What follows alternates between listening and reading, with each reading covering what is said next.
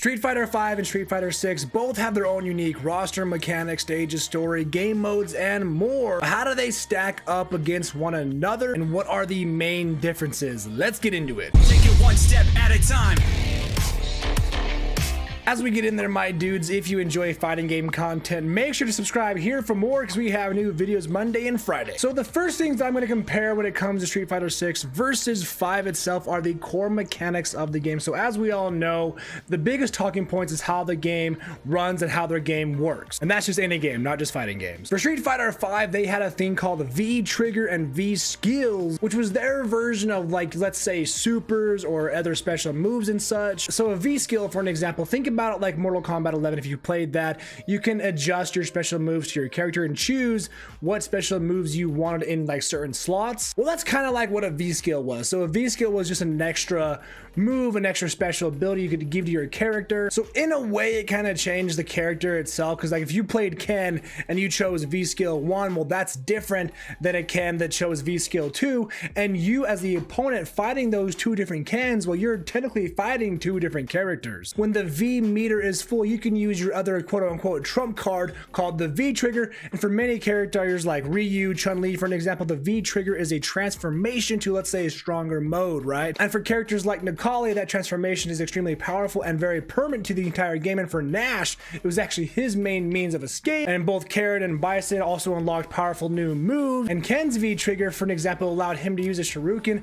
without taking a big risk on it, and so on. So what are the comparisons to Street Fighter 6? How did they do their quote-unquote V trigger? Well, they don't. They did still keep their supers and their enhanced specials separate. So for their supers, they have what's called super arts this time, and they have 3 levels to it. The super art bar actually just grows as the game goes on, as the fight goes on, and as you get to level 1, you can use your super art 1 and so on. So if you waited till just a bit later in the game, chances are you probably have access to your super art 3, which is a very powerful super, does a ton of damage. But if you wanted to use it earlier on in the fight, you could use your super art 1, or of course your super art 2, which is also different for every single character. And Street Fighter really tried hard to innovate itself, and I think it did a great job. And what they did, they added a thing called their drive system. So instead of having V skills for every single character, they just introduced the drive system, which is 6 bars that can be used for a plethora of things, such as enhancing your special moves, making them stronger. You can do a new mechanic called drive impact, where you gain armor and go through opponents' attacks, hitting them, and then probably getting a free combo if hit, or getting yourself out of a corner. Drive parry, that allows you to take any hit and parry that move, including supers. Drive reversal, that allows you to turn the tables in a fight, and even drive rush, that allows you to dash super fast to your opponent and get in their face. There are just so many uses for the drive system, and the drive system is quite literally what defines Street Fighter 6 and what sets it apart from 5. And I'll tell you right now, the biggest difference between the two, besides the drive system, of course, is going to be the accessibility options that Street Fighter 6 has introduced in their new installment. And by new accessibility options, I mean that Street Fighter 6 has introduced a new control method, a new control input called modern controls, whereas Street Fighter 5 only had classic. And by classic, I mean quite literally their classic control input, which is the 6 attacks, you know, light, medium, heavy punch, light, medium, heavy kick. And Street Fighter 6, of course, still has their classic control input, but they wanted to bring in a new audience and appeal to new players. So they introduced a thing called the modern controls, where they took their 6 attack input method and broke it down to just 3 attacks, light, medium, heavy, that's it. And your special moves are actually combined and essentially binded to one single button. So your neutral special is a special move, but your forward special button is a different special move, your back, down, and so on. You have an assist button allowing you to hold that down, press your buttons, and get assisted combos off. It's a really beginner-friendly mechanic that helps new players understand the game and the character and kind of how the game works. Where again, Street Fighter 5 only had their classic control input, which to new player, to new beginner, can seem kind of intimidating and a little bit complex to get the hang of, especially compared to other fighting games. Going back to the actual core mechanics of the game, Street Fighter 5, when you enhanced a special move, it actually pulled from your super meter, so you didn't really want to do that a lot unless you just didn't want to use your supers. Or again, as in Street Fighter 6, they keep their bars separate, so their super is completely separate, whereas your enhanced special moves, if you want to use your drive meter, you can use that for that reason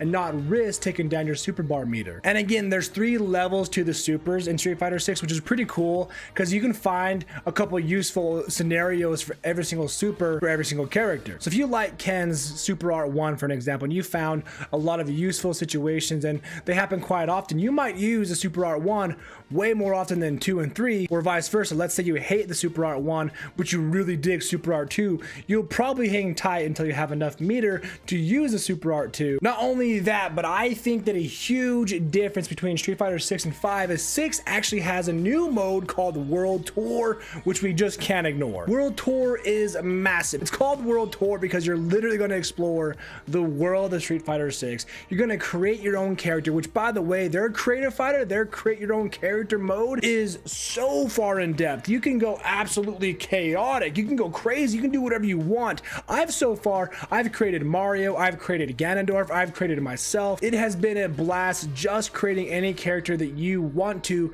then going into the world of Street Fighter, walking around RPG style, dressing up how you want to dress, eating what you want to eat for your skill trees, learning from masters like Chun-Li and Ryu and others, taking their special moves and adding them to your own character, playing and fighting however you want. I can see plenty of people buying Street Fighter 6 and playing it strictly for World Tour and probably nothing else. That's how big I think World Tour is, and Street Fighter 5 just doesn't have that. Street Fighter 6 has, of course, updated their training mode, their online lobbies, they have rollback netcode now, they got crossplay, they have more in-depth character guides themselves so you can easily learn a character in the blink of an eye. They just took everything from Street Fighter 5, completely took it to the next level, added so much more, and again, some might argue that's not the best thing, and some might argue that it is, but I think it's great. Because Street Fighter 6 has dramatically changed their accessibility options and the core mechanics of their game, personally, I believe Street Fighter 6 is going to draw in a new audience of new players, which as a fighting game community fan, I absolutely love that idea. I really appreciate the fact that fighting games like Street Fighter 6 are thinking about new players